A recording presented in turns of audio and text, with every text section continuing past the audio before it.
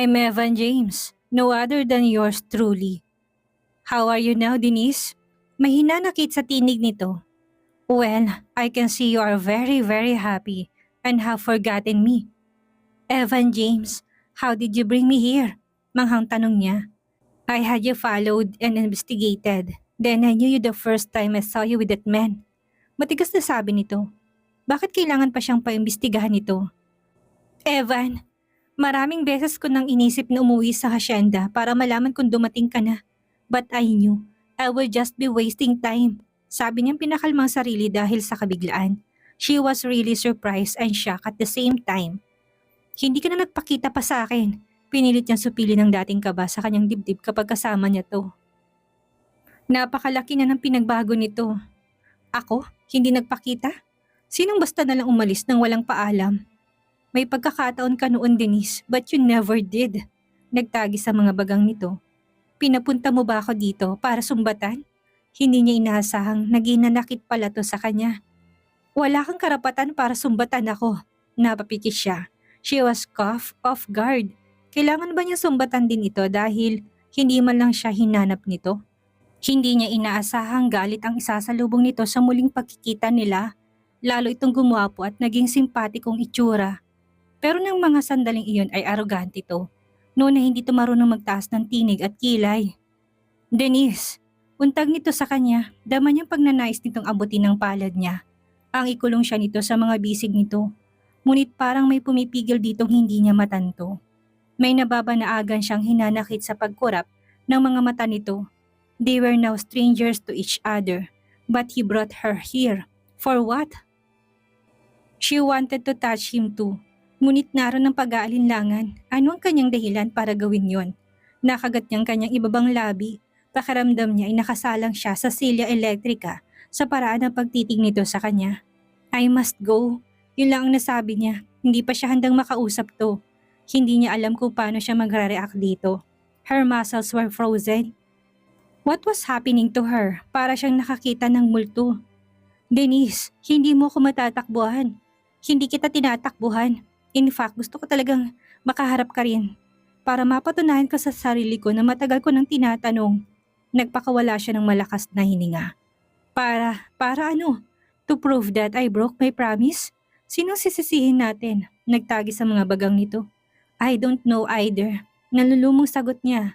I must go. Naguguluhan siya sa muling pagkikita nila.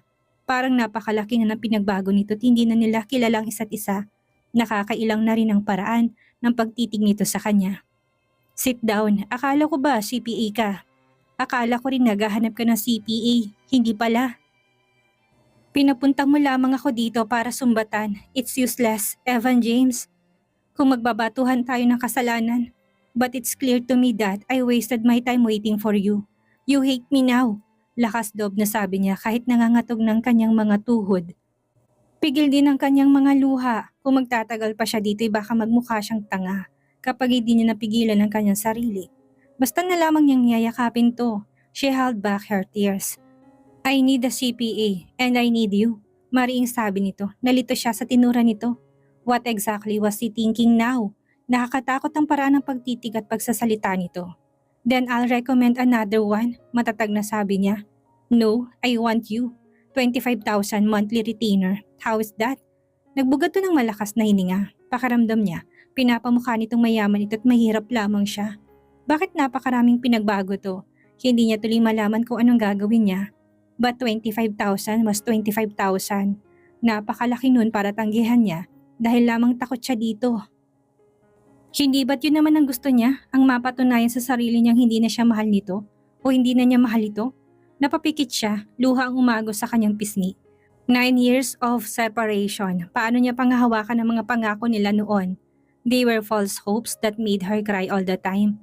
Kaya dapat maging maingat na siya ngayon. Hello? Ha? Buglaw ni Kelly sa pintuan ng kanyang cubicle. Hindi siya nag-react. Dahilan para kumunot ang noo nito. What's going on? Tanong nito. Wala, may hinang sagot niya. Come on, 820 days na kitang kilala. Pwede ba? May problema ka. Tinirikan siya nito ng mga mata. Magaling nga itong accountant. Nakalkula kaagad nito kung ilang araw na sila magkakilala. Pero hindi ito nag-take ng board exams dahil mas gusto raw nitong maging abogada. Okay, I have a problem, but it can't be discussed. Pag-amin niya, kaya siyang respetuhin ng mga to kung kailangan. Okay, tinaas nitong mga kamay at nagpaalam na. Pumasok si Brent sa kanyang cubicle. Why? Tanong nito. Nagkita kami ulit. Saan niya? Kunot ang noong tanong nito. Evan James, my first love. What happened? Siya yung client na inirefer ng isa nating client. Sinetap niya ako. So, do you still love him? Interesadong tanong nito. I don't know. Mabilis na sagot niya. Ito nang hinihintay mo pagkakataon, nalungkot na sabi nito. Siguro'y natatakot din tong baka mahal pa rin niya si Evan James. I don't know, I'm scared. You still love him, nakaunawang sabi nito. But he hates me now. Binayaran niya ako ng 25,000 para hawakan ang kanilang accounts. Nagbago na rin siya. Gusto na niyang maluha sa pagkalito. Assess your heart properly. At sa pagtanggap mo ng account. Wala yung kaso, you are just being professional. Thanks, nasabi na lang niya. Napaka-maunawain talaga nito. Gusto na sana niyang bumaliktad ang lahat at ito na lang sanang matutuhan niyang mahalin. It was time she released Evan James. Kung nagawa nito ngayong matagpuan siya, ibig sabihin, noon pa man ay may kakayahan na itong kausapin at puntahan siya. Kung ginusto nito noon pa man na magkita sila. Ngunit hindi nito ginawa yon. Hindi kaya may asawa na to? There was a pain she could not bear. Hindi naman siya nagkasala dito. Naging faithful naman siya rito kahit nalayo sila sa isa't isa. Ngunit hindi na sila maaring magpatuloy pa. Kailangan na niyang tapusin ang kabaliwan niya noon. Mayaman pa rin ito at isa lamang siyang ordinaryong tao. Yun na ang pasyon niya at hindi na siya magbabago ng isip. She was still attracted to him. Ngunit alam niyang hindi mawawala yun sa kanya dahil gwapo naman talaga to. Ganyan lang lubusang naintindihan ang ibig sabihin ng agwat sa buhay. Kahit may natapos na siya, hindi pa rin niya kayang abutin to. 5 araw na naghihintay si Evan James na muli silang magkita ni Denise. Sabadong usapan nilang papasok to sa opisina. Pwede rin ito sa linggo. Gusto niyang magalit dito at maghihinanakit gaya ng sinisigaw niya noon sa Amerika. Pero nang muli niyang makita to'y nataranta na naman ang kanyang puso. Gusto niyang yakapin at halikan to. Pero natatakot siya dahil alam niyang may iba ng mahal to. Brent palang pangalan ng lalaking palaging kasama nito. Mababaliw siya kapag iniisip niya sa nagdaang 5 araw ay kasama nito si Brent. Mahal pa rin niya to. Siyang dapat kumilos dahil nararamdaman niyang hindi na siya mahal nito. Nanikip ang dibdib niya sa isiping may iba na sa puso nito. May sasalba pa kayang pag-ibig nila? Babalik pa kayang dating pagmamahal nito sa kanya? Ang dami nilang pangarap noon. Paano matutupad ang masayang pamilyang pinangarap nila kung meron na tong ibang mahal? Inubos niyang brandy sa baso, tumakyat na siya sa kanyang silid. He felt alone for so many years. Hindi siya nasanay na malayo siya kay Denise. Isipin pa lang na hindi na sila magkikita at ngayong abot kamay na niya ito ay hindi na siya mag-aksaya ng panahon. Oras na para to pa rin nilang mga pangarap nila. Hindi na siya papayag na muli silang magkahiwalay. Kinakabahan si Denise na hindi niya maipaliwanag. Paakyat na ng elevator sa gusali ng mga aspiran. Pangalawang pagkikita nila ni Evan James ngayon at nalilito na naman siya. Ang gusto niya panindigan ng pangako niyang huwag nang padadala sa mabilis sa tibok ng puso niya. Ngunit ang isiping magkikita sila ay nakakapagpahina sa paninindigan niyang kalimutan na lamang niya ito. Good morning, ma'am. Bati ng guard sa bungad ng opisina ng EJAC. Good morning. Nandyan ba si Mr. Aspiran? Tanong niya. May meeting po yata pero pwede na kayong tumuloy sa itinilagang opisina niya dito. Tumingin to sa reception desk. Mia, siya si Miss Retotar, ang CPA natin. Oo nga pala ma'am. Nagbilin si sir. Tumayo ang receptionist. Sumunod po kayo sa akin. Natulala siya na makita niyang silid para sa kanya. Para bang doon na siya mag-uopisina araw-araw. Napakalakit kompleto yun sa mga gamit. May personal ref pa at mahabang sofa. Malaki rin ang glass table. Iiwan ko na po kayo ma'am. Paalam ng receptionist. Salamat. Napunan niyang mga folder sa ibabaw ng mesa niya. Mukhang tinambakan siya ng trabaho ni Evan James. Ngunit parang may panghihinayang siyang hindi itong unang nakita niya sa opisina nito. Tumaas ang kilay niya dahil sa naisip niya. How she wish na sana'y madama niyang muli ang dating pagsuyo nito. Umiling siya at naupo na sa harap ng mesa. Inumpisahan na niya ang trabaho niya. Nalula siya nang mapagtanto niyang lawak na pag-aari ng mga aspiran. Lalo siyang nanliit. Sa bawat librong buklating niya ay lalo siyang lumalayo sa pedestral na kinalalagyan nito. Sa bawat numerong ipapasok niya sa calculator ay lalo siyang nanliliit sa kanyang sarili. Hindi na niya kayang mahalin pa si Evan James. Tamang mama nito, napakalit niya kumpara dito. Nakatapos man siya, hindi pa rin niya kayang abutin to. Lalo siyang natakot para muling mahalin to, mahaba nang naipapasok niya sa calculator. Nang biglang bumukas ang pinto at pumasok ang lalaki, mataman siyang tinitigan nito. Nagtitigan sila dahil hindi niya maiiwas ang mga mata niya sa matamang pagtitig nito. So, natigil ang sasabihin nito na parang tumigil ang pag-ikot ng mundo. Tila wala siyang gustong gawin kung hindi ang makipagtitigan dito.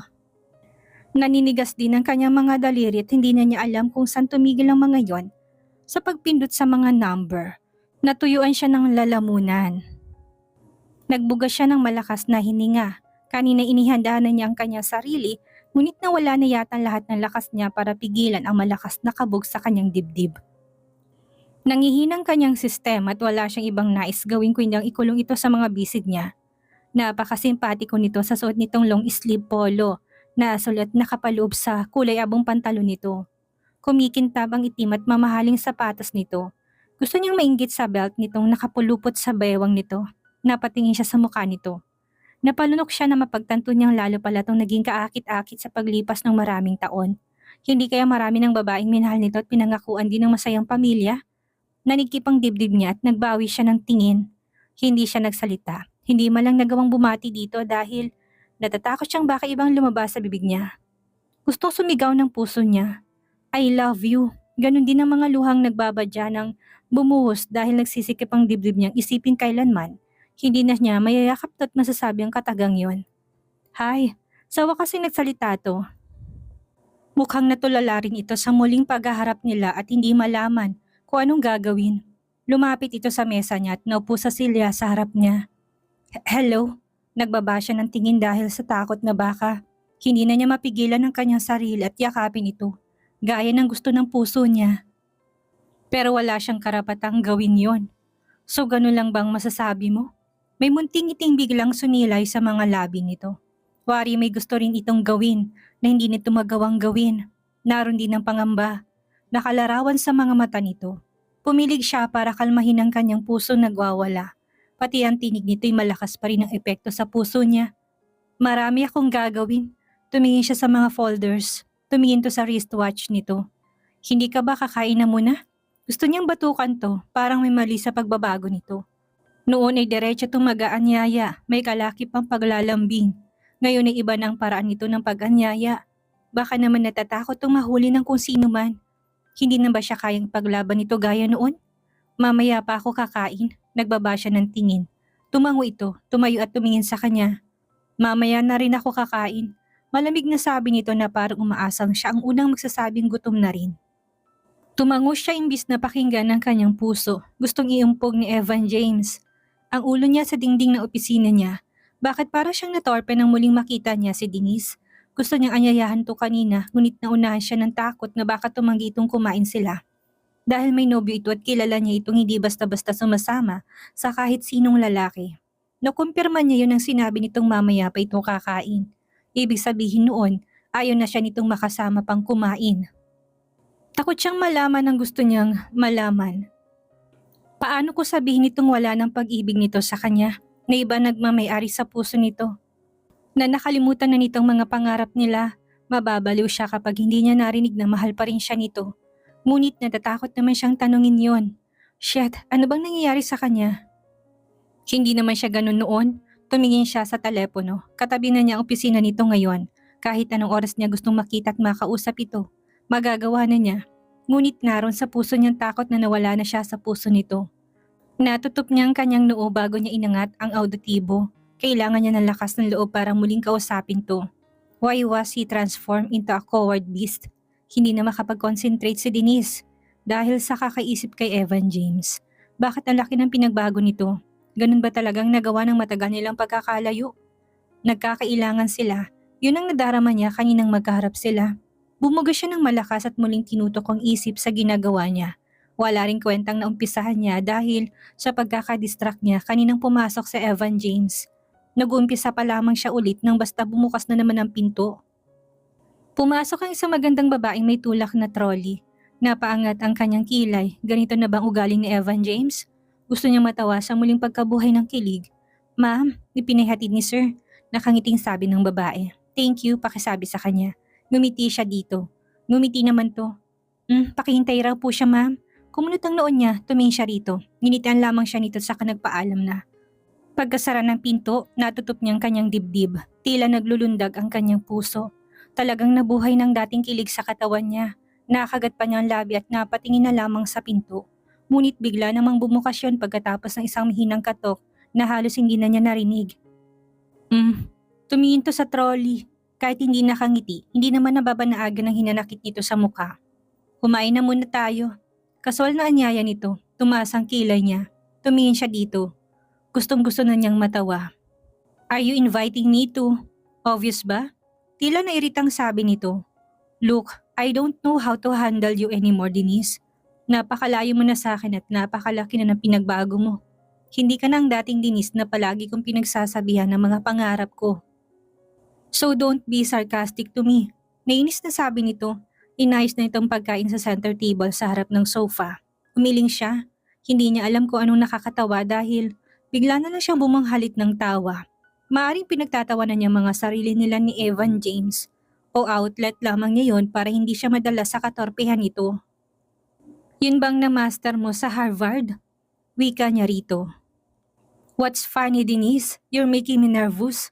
Kinagat nitong ibabang labi. I don't know. Natutup niya ang kanyang noo. Naningkit ang mga mata nito at may pag-alinlangan lumapit ito sa kanya. Napakatagal ng panahong pinabayaan mo ko at kinalimutan. Malungkot na sabi nito. Who told you that? I've been crazy thinking about you for the past 9 years. Their eyes meet. Tila naingkanto sila nang maghina ang kanilang mga mata. Tumigil ito ng ilang hakbang na lamang ang layo nito sa kanya. Tumingin to sa kanyang dibdib kung saan nakapatong pa rin pala ang kanyang isang palad. Hindi niya namamalayang nakahawak pala siya doon na para bang sa ganung paraan ay maaari niyang pigilan ang mabilis sa tibok ng puso niya. Parang hindi rin nila alam kung saan nagumpisa ang mga katagang binitawan nila. Dama niyang bigla ring nalito ito para bang kusang lumabas sa mga yun mula sa kanilang mga puso. Bigla na lamang tumawa ngunit sa formal na paraan. So, paghihintayin ba natin ang matagal ng pagkain? Sinabi nito yun in a cool tone. Nalitong kanyang puso sa dalawang katauhang nakikita niya rito. Evan James, what are you trying to do? Nagbaba siya ng tingin dahil takot na siyang makasalubong pa ang nakakaakit na tingin nito. Alam kong nagugutom ka na kaya sasaluhan kita. Tinalikuran siya nito at nauna na itong naupo sa mahabang sofa. Okay. Kinaas niyang dalawang kamay, tanda ng pagsuko dito. Alam niyang marami itong gustong gawin at sabihin gaya ng dati. Ngunit kung ano man ang pumipigil dito hindi niya alam. Tumingin to sa kanya na makalapit na siya sa sofa. Yun lamang ang tanging upuan doon. Why? Tanong nito nang magdalawang isip siyang tumabi rito. Mukhang takot ka na yata sa akin, Denise. Gaya ng takot ka na rin sa akin o mas magandang sabihin takot ka na sa dating ikaw. Dahil natatakot akong baka mahal mo pa rin ako at hindi na kita mahal? Dahil may pag-aalinlangan ka sa sarili mo at sa akin? Dahil marahil ay hindi mo inaasahan ang pagbabago ko. Nakatungo siya habang sinasabi niya mga katagang yun. Tumango to. Mahabang panahon nang lumipas. Nakakalito, hindi ba? Ang alin, maang natanong niya. She waited for so many years.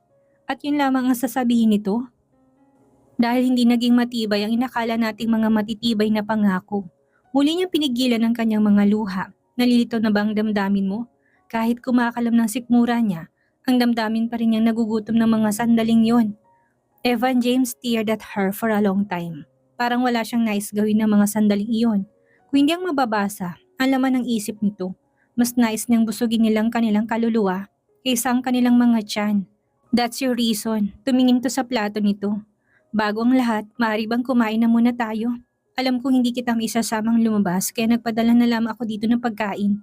Gusto kong maranasan ng kumain kasama kita kahit palihim lang. Tila tinatamad na sabi nito. Oh, gaya ng dati. Palihim, sarkastikong sabi niya. Muli naalala niyang mga ginagawa nila noon. Ngayon inaunawaan na niyang hindi rin pala naging matibay ang relasyon nila noon dahil lihim lamang yun. Hindi nila naipaglaban ang pag-iibigan nila. Gusto niyang umiyak, ngayon lamang niya napagtantong naging duwag sila. Pinagtunan na lamang niya ang kanyang kumakalam na sikmura. Kahit nadagdagan pang hinanakit niya rito, ayaw naman niyang tanggihan ng grasya. Malas daw yun kaya naman naupo na rin siya sa tabi nito. May isang talampakan din ng layo nila sa isa't isa. Ngunit dama niya ang init ng katawan nito. Pinilit niyang ignorahin yon dahil mas matindi na ngayon ang epekto nun sa kanya. Parang may malakas na boltaheng nagumpisang tumupok sa pagkatao niya. Ngunit hindi niya dapat pansinin yon. Because that was love and she could not fall in love with him again. Tumayo na siya at inayos ang kanyang sarili para umuwi na. Wala pa kaninang tanghali hindi na siya napakali. Nagkamali ba siya sa pagnanais na makilala ulit si Evan James? Siya ang nahihirapan. Parang inasahan niya oras-oras na lilipat si Evan James sa opisina niya at silipin siya nito o kaya ikausapin. Ngunit hindi nangyari yon. Lalo lamang yata siyang nabaliw, ang gusto lang naman niya ipatunayang kaya na niyang mabuhay na hindi na umaasa sa pag-ibig nito, na kahit nasa kabilang pinto lamang ito hindi na niya maiisip to. But she failed, hoping against hope that he would again say the magic word. Napaluha siya. Mabilis na pinahid niya yon. Ayaw niya magpahalatang hanggang ngayon ay umiibig pa rin siya dito. Lumabas na siya ng opisina niya. Sweetheart, Mama Maridad told me that you're coming with us. Tinig yun ng isang babae, napakalambing. Napalingon siya sa pinanggalingan nun. Nanikip ang dibdib niya na makita niya si Evan James at ang babaeng nakapulupot na parang sawa sa bewang nito. Oh God, mariin siyang napakagatlabi. Parang isang daang karayom ang bumaon sa kanyang puso. Meron na ngang ibang mahal ito. Nagmamadali siyang lumayo sa mga to. Pakiramdam niya, anumang oras isasabog ang dibdib niya at magpapahagulhol siya sa harap ng mga to. Denise, tawag nito. Napatigil siya sa paglalakad ngunit hindi siya humarap sa mga to. Uwi ka na ba? Tanong nito. Sino siya, sweetheart? Tanong ng babaeng parang nagulat sa malakas na pagtawag nito sa pangalan niya. Humarap na siya sa mga to nang maramdaman niyang nasa likuran na niyang mga to. Baka mag-isipan ng masama ang babae kung basta na lamang siyang tatakas. Denise, this is Claret. Claret si Denise. Pakilala nito sa kanila. Denise, ngayon ko lamang siya nakita dito. Anong ginagawa niya rito? Siya ang bago kong accountant, lalong naninigip ang dibdib niya. Pilit na inilihad niya ang kanyang kamay sa babae, baka magmukha siyang tanga o bastos. Kung wala man lamang siyang sasabihin. Nice meeting you, Claret. Mabilis din niyang binawi ang palad niya nang maramdaman niyang mahigpit na pagpisil nito sa palad niya, na parang nakaamoy ito ng hindi maganda. Bye, malamig na paalam niya kay Evan James. Bye, see you tomorrow. Malamig ding sagot nito.